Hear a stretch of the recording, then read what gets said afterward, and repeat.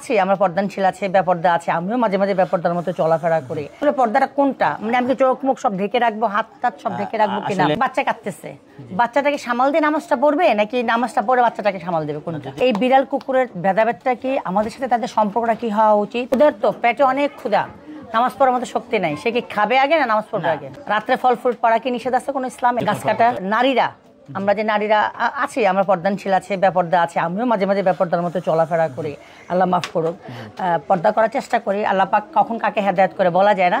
কিন্তু আসলে এই যে পর্দার যে বিষয়টা, মানে আমার প্রশ্ন, আমার হাজবেন্ডের সাথে আমার মাঝে মাঝে লাগে যে যখন আল্লাহর কোরআন সৃষ্টি হয়েছে, যখন নবীজিরা ছিলেন অনেক আগে, যখন আদম আলাইহিস সালাম, তখন তো কাপড় ছিল না, তারা তখন পড়তেন কি ওই গাছের পাতা দিয়ে কাপড় বানিয়ে পড়তেন। তো তখন তো পর্দা, মানে পর্দা করবে কি দিয়ে? এই পর্দার কথাটা আসছে, সেটা কিভাবে আসলো? না আসলে পর্দাটা কোনটা, মানে আমি চোখ মুখ সব ঢেকে রাখবো, হাত টাত সব ঢেকে রাখবো কিনা? দেখেন, পৃথিবীর শুরু থেকে পর্দার বিধান ওইভাবে ছিল না। পর্দার বিধান একবার স্পষ্টভাবে কোরআন কারিমে ছিল না, কারণ কোরআন কারিম আসছে নবী করিম সাল্লাল্লাহু আলাইহি ওয়াসাল্লাম আমলে। যখন সাহাবীরা দেখলেন যে মা আয়েশা রাদিয়াল্লাহু তাআলা আনহা এবং অন্যান্য যে সাহাবীরা রয়েছেন তারা সবাই একসাথে, তো তাদের কাছে এটা দৃষ্টিকটু মনে হলো।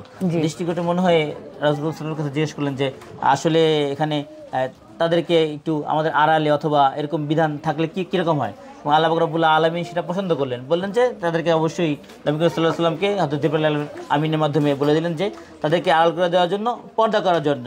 সেক্ষেত্রে আপনাকে সেফটি করার জন্য আপনার যতটুকু আল্লাহ পাক রব্বুল আলামিন হুকুম আছে সেটা অবশ্যই আপনাকে মানতে হবে। অনেক বিড়াল আছে, অনেক কুকুর আছে, আমার মানে অনেক মায়া ওদের প্রতি, বিড়ালের প্রতি। তো দেখি অনেক সময় অনেক বিড়াল মারা যায়, কিন্তু অনেকে বলে, মানে যেমন আমার আম্মাই বলে বিড়াল পালা যাবে না। আমি বলছি কেন, নবীজি তো বিড়াল পালতেন। আসলে এই বিড়াল কুকুরের ভেদাভেদটা কি, আমাদের সাথে তাদের সম্পর্কটা কি হওয়া উচিত, তাদেরকে আমাদের কিভাবে পালন করা উচিত? আচ্ছা, আসলে দেখেন, রব্বুল আলামিন ইসলামে কি বলে? রব্বুল আলামিন সমস্ত সৃষ্টির প্রতি মানে অনুভূতিশীল হতে বলেছেন, যাতে তাদের প্রতি আমাদের আচরণ ভালো থাকে। যেরকম আমাদের সমাজে দেখা যায় যে কুকুর, বিশেষ করে আপনি যে প্রশ্নটা করলেন কুকুর এবং বিড়াল, কুকুর এবং বিড়ালটা বিষয়, কুকুর আমরা কুকুরকে ভালোবাসবো, ওকে খাবার দিব, ওরা যদি থাকার স্থান না পায় সেটাও যদি আমার সম্ভব হয় আমি ব্যবস্থা করে দিব, কিন্তু কুকুর থেকে একটু দূরে থাকার চেষ্টা করবো, কারণ ওর জীবন যত নাপাক থাকতে পারে, যার কাছ থেকে আমরা একটু দূরে থাকবো। কিন্তু এক্ষেত্রে এমন না যে ওকে আমরা আঘাত করব অথবা ওকে একদিন খাবার দিচ্ছে সেখান থেকে তাড়াই দিব, দূর করে দিব, তা না। কুকুর নাপাক জিনিস, সেখান থেকে আমি দূরে থাকবো।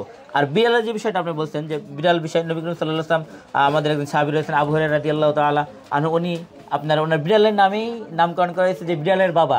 নবী করিম সাল্লাল্লাহু আলাইহি ওয়াসাল্লাম এটা মানে দিয়েছেন, আকৃতি দিয়েছেন। তো সেজন্য বিড়াল আপনি রাখতে পারবেন, সেক্ষেত্রে আপনাকে খেয়াল করতে হবে যে বিড়ালের যে রোমগুলো রয়েছে, বিড়ালের যে ঝুটাগুলো, খাবারগুলো রয়েছে, সেগুলো যাতে আপনার ফ্যামিলির কেউ না খায়, অথবা ওই প্লেটে খায়, আমি যে প্লেটে খাই বিড়ালকে ওই প্লেটে খাওয়াই, সেটা আপনি করতে পারেন, কিন্তু ওর খাবারটা যাতে ঝুটাটা আপনি না খান।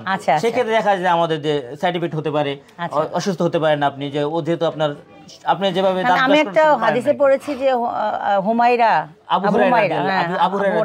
উনি ওনার নামাজ পড়তেছিলেন, একটা বিড়াল এসে খেয়ে গেল, সেটা আবার তিনি খেয়েছেন। সেখান থেকে আমি আসলে প্রেক্ষাপট থেকে যদি আপনার সেটা আপনি মনে করেন যে আমি খেতে পারতেছি, আপনার যদি হয় সেটা আপনি খেতে পারবেন। আমার হাজবেন্ডের সাথে আমার প্রতিনিয়ত লাগি, আমি কি নিয়ে লাগি সেটা হচ্ছে, যেমন ও মানে নামাজের জন্য তো আল্লাহ বলছে যে তুমি আজানদার সাথে সাথে নামাজ পড়ো, কিন্তু এমনও আছে যে একটা মানে সমস্যা, লাইক বাচ্চা কাঁদতেছে, বাচ্চাটাকে সামাল দিয়ে নামাজটা পড়বে নাকি নামাজটা পড়ে বাচ্চাটাকে সামাল দেবে, কোনটা? যদি এরকম সমস্যা হয় যে নামাজের সময় হয়ে গেছে, আপনার বাচ্চা কান্নাকাটি করতেছে, আপনার বাচ্চা এখন আপনি থামাতে পারেননি, সেক্ষেত্রে আপনার আগে বাচ্চা থামাতে হবে, ওকে আগে ঠিক করে তারপরে নামাজে চলে আসবেন। যদি আল্লাহর কাছে তারপরে মাপও চান, আল্লাহ হয়তো আপনাকে মাফ করে দেবেন। ওই মুহূর্তে আপনার বাচ্চা রাখে আসে, বাচ্চা ক্ষতি হয়ে যেতে পারে, সেই যদি ক্ষতি হওয়ার দিক থাকে সেক্ষেত্রে আপনি তাকে আগে চেক করে তারপর নামাজ চলে আসবেন। তারপরে মনে করেন একজন অসুস্থ রোগী, জি, সে তো বসে নামাজ পড়তে পারবে, শুয়েও নামাজ পড়তে পারবে, বিধান আছে। এখন অসুস্থ রোগীটাকে বেশি ফোর্স করে নামাজ পড়ানো ঠিক নাকি দাঁড়া করে নামাজ পড়ায় যদি পড়ে যায়? আসলে অসুস্থ কোনো ব্যক্তি থাকে, তাকে আমাদেরকে দিনের বুঝের মাধ্যমে তার ভিতরে দিনের বুঝটা ওইভাবে দেয়া যাতে সে নামাজ পড়ে। হ্যাঁ, যদি এরকম হয় যে সে নামাজ পড়তেছে না কিন্তু আপনি তাকে টর্চারিং করতেছেন, তাকে বাধ্য করতেছেন, সে কারণে তার অসুস্থতার বেশি হইতেছে, এই দিকটা আমরা ফলো না করি, না ফলো করে নামাজ পড়লে যে উপকারিতাগুলো হবে, যে ভালাইগুলো হবে, সেটা তাকে বুঝাইয়া বুঝের মাধ্যমে তাকে নামাজে নিয়ে চলে আসা। তার সে দেখা যেত বুঝের মাধ্যমে আসলে নামাজটা কন্টিনিউ করলো, তার হেলথের দিকটাও ভালো থাকলো। আচ্ছা আচ্ছা। আর ক্ষুধার তো পেটে অনেক ক্ষুধা, নামাজ পড়ার মতো শক্তি নাই, সে কি খাবে আগে না নামাজ পড়বে আগে? যদি ক্ষুধার্ত কোনো ব্যক্তি থাকে তার আগে খাওয়ার হুকুম। আচ্ছা, আগে খাবে, খাওয়া শেষ করে তারপর সে নামাজ পড়বে। রাত্রে ফল ফ্রুট পড়া কি নিষেধ আছে কোনো ইসলামে? না, ইসলামে রাতে কোনো ফল ফ্রুট পাওয়া নিষেধ নেই। রাতে আপনি যে গাছ কাটা? না, কোনো নিষেধ নেই। আচ্ছা, ঠিক আছে। গাছ কাটা